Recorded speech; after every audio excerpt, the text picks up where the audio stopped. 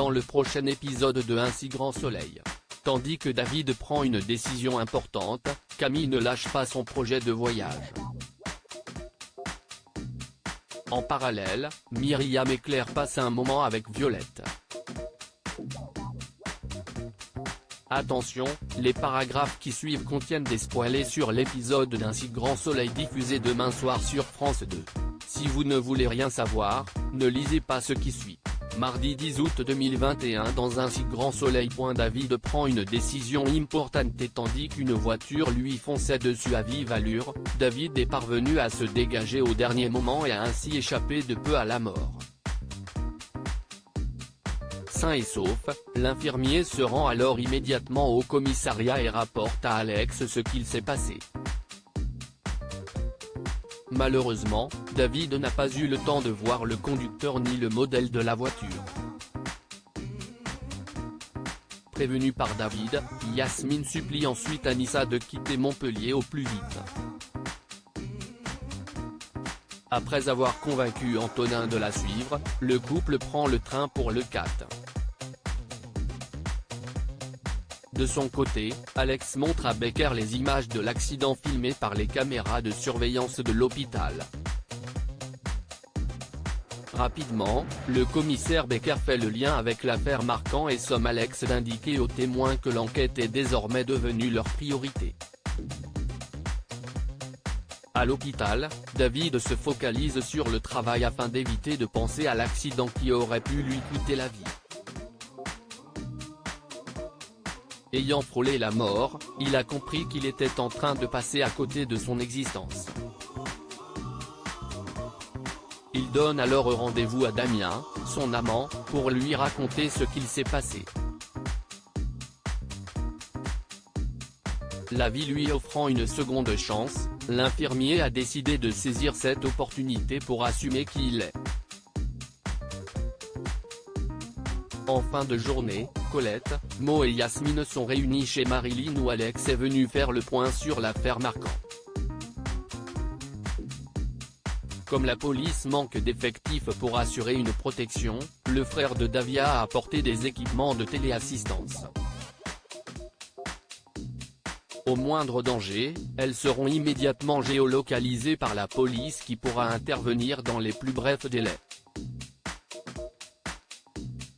Camille ne lâche pas son projet de voyage et déterminée à partir à Paris pour assister à la Manga Week. Camille a harcelé sa mère tout le week-end. Dans la mesure où l'une de ses amies pourrait héberger les deux adolescentes dans la capitale, Laetitia se demande si avec Manu il ne devrait pas lâcher un peu de lest.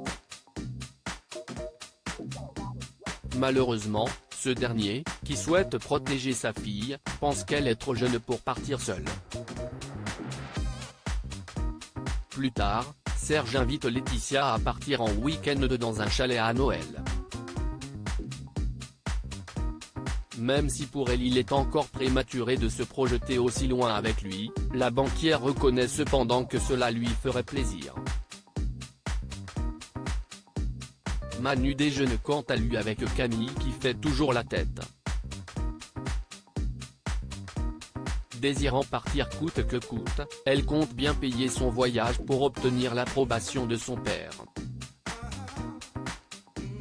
Elle appelle donc Kira et affirme que son père a promis de la laisser partir si elle arrivait à trouver la somme nécessaire pour se rendre à Paris.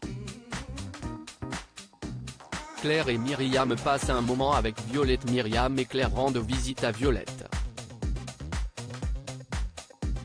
Cette dernière ayant rendez-vous avec le docteur Alphand dans la semaine, l'infirmière lui conseille de lui parler de ses palpitations et de ses essoufflements. Peu après, lorsque la vieille dame allume un joint, Claire et Myriam se laissent tenter.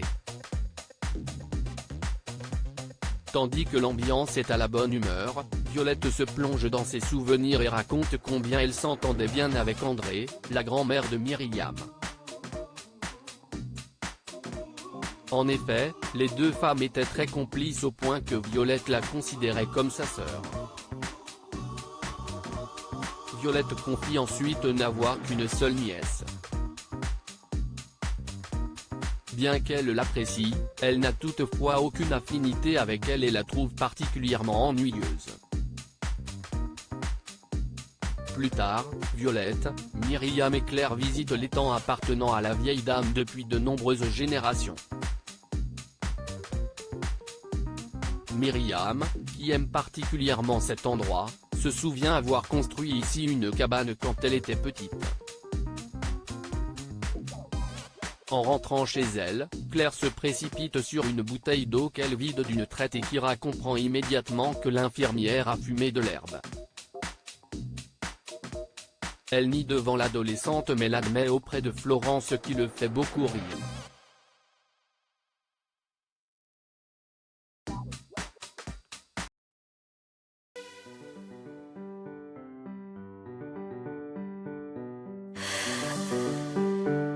나